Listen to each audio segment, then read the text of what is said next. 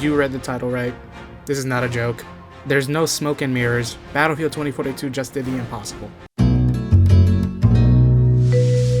Battlefield 2042 has managed to overcome everything and surpass the launch player base all-time high of 100,590 players on Steam charts, to the current 101,362 players seen Sunday morning. Oh, would you look at that? It's currently Monday morning, and the current number has risen to 103,492 players. It's Monday morning.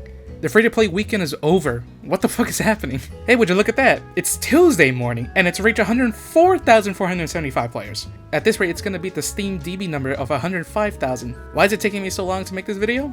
Well, I want to see if it actually surpasses it. Mind you, I had to mention the fact that there was a free-to-play weekend going on, but I would also like to counter that by saying this game has had multiple free-to-play weekends in the past, usually peaking at 20,000 players, but nowhere near the numbers we're seeing right now. And on top of that, Modern Warfare 3 PC Beta is live, and it still managed to beat its launch numbers on a Sunday morning of all fucking days, and then beat the new record on a Monday morning, and then beat the next new record on a Tuesday morning. The game is currently on sale for the cheapest it's ever been at $10 on Steam, and it's now currently, at the time of me recording this, it's the second highest selling game on Steam, only being beaten by Counter-Strike. Seriously! What the fuck is happening right now? What fucking mainstream YouTuber or streamer mentioned the game as a joke? Jokes aside, congratulations to the team at DICE, Ripple Effect, and now Criterion. Your hard work has finally paid off.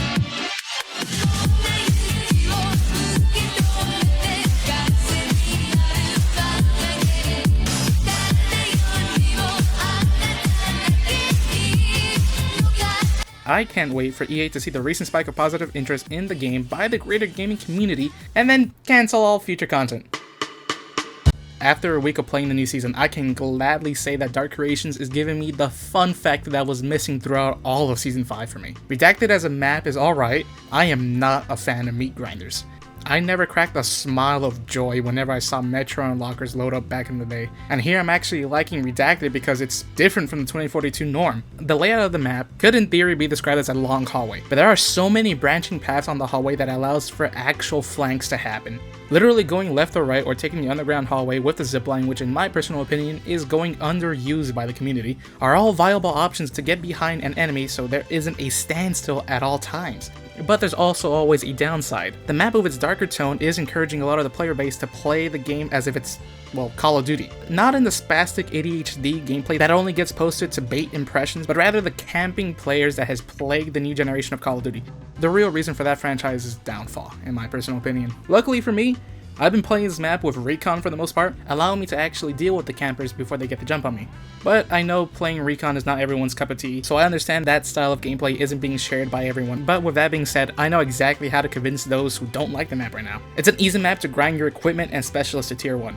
No, seriously, I'm loving this map so much because not of the meat grinder aspect, but it's allowing me to finally grind out my equipment to tier 1 without actually trying. Since the launch of the map, I've gotten 3 more specialists to tier 1, and 4 gadgets have also gone up to tier 1, with other equipment moving up the ladder. Now with all the XP that I'm getting from the matches, it must mean I should be in tier 59 or something like that in the battle pass, right? Let me see my progression. Yep, if making season 4 weeks longer wasn't already pain enough, the battle pass progression has also been lessened to make it more grindy. Seriously, the one fucking thing I complimented them for my old video. Seriously, DICE, you fucking thought we wouldn't notice that this season pass wasn't grindy at all compared to the past seasons? It's literally the one thing the entire community came together to compliment about this game, no matter what. That it had a battle pass that did not feel grindy at all. That it didn't feel like a second job to actually sit and play through. And now sadly it's joined the likes of other games like Apex Legends or fucking Call of Duty. I know they did this because they want more players to be playing it for longer this time around. Probably a mandate set to them by EA trying to salvage the ship they helped sunk, but don't worry EA, we'll get to you in a fucking second, just you wait. So as a result of the slow battle pass progression, I have yet to experience the last weapon and quite frankly the gun I really gave a shit about, the G428 two-tapping god. But I also don't want to overshadow the VHX D3.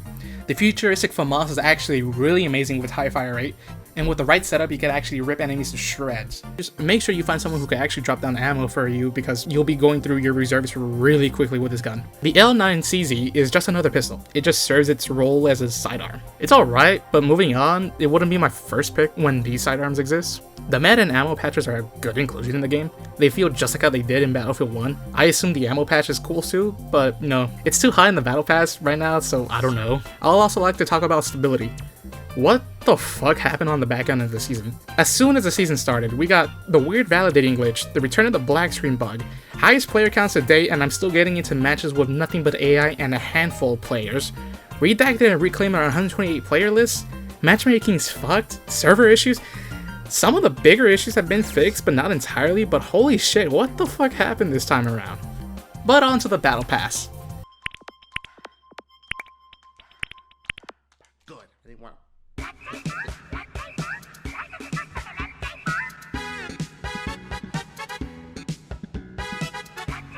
Damn!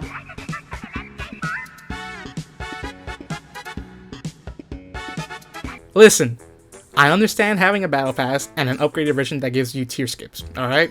This is not a new practice, both in gaming and for Battlefield.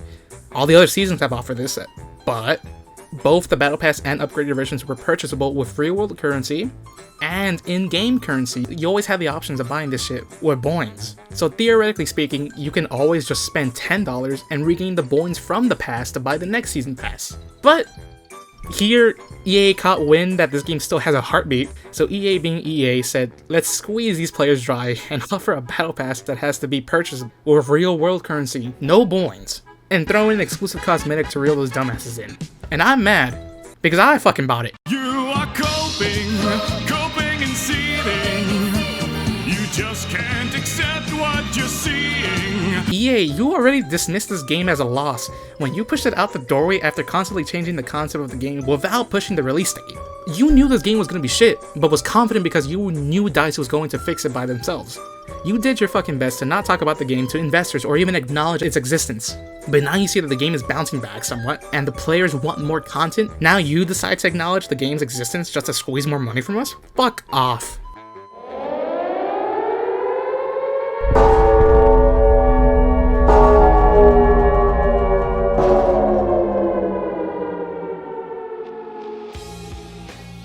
Alright, the official description goes as followed. AOS, a hyper-adaptive combat AI developed by Boris R&D, is hijacking communication centers all over the world. In Kill Switch, secure AI nodes and use the Forge on site to create a swarm of synthetic soldiers. Defend your objectives, survive the onslaught, and stop the AI spread. This is a test you can't afford to fail. Okay, so what can we gather is that the event is called Kill Switch. It's a 12v12 experience. The maps playable are Redacted, Manifest, Spearhead, and Hourglass. In Kill Switch, your team is tasked to secure AI nodes and use the Forge on site to create synthetic soldiers. Claiming and activating the Forge allows your team to spawn AI soldiers called Geist, which fight for your side. The side with the most nodes win. Pretty straightforward, right? So from the sound of this, it looks like the event will be a PvPvE experience. You'll be competing with the enemy to secure the nodes needed to create the cyborgs, while the cyborgs themselves are going around murdering people in waves. Sounds pretty fun. I wonder if the synthetic soldiers will be wielding weapons or if they will be, melee only. It'll be great if it was just the latter of the two, so it can be the closest thing we'll ever get to experiencing zombies in an official way in a Battlefield game. Oh wait. You know the deal. Here it is. Eastern forces sabotage the artificial lab in Scotland. The AI is now running wild. multiplying exponentially Throughout nodes across the globe. Anyone who gets close gets trapped on site and forced to fight. This isn't your usual mission, no Pats. Blackburn of Archangel has asked us for resurgence. Get control of the node. Utilize AOS. This isn't your usual mission, no Pats. Henry Blackburn of Archangel has asked us for assistance. Eastern forces sabotage the artificial intelligence running his lab in Scotland. And the AI, AOS, is now running wild. It's multiplying exponentially through electronic nodes across the globe. Anyone who gets close gets trapped on site and forced to fight. Get control of the nodes to neutralize AOS and survive at any cost. If you find any Boreas tech, use it. Otherwise, get in and get out. Blackburn said you might be able to use this tech for yourselves. keep an eye out. Take control of anything belonging to Archangel and clear this site out. I gave you new eyes, new hands, new arms. Why do you fight me, Unit 6?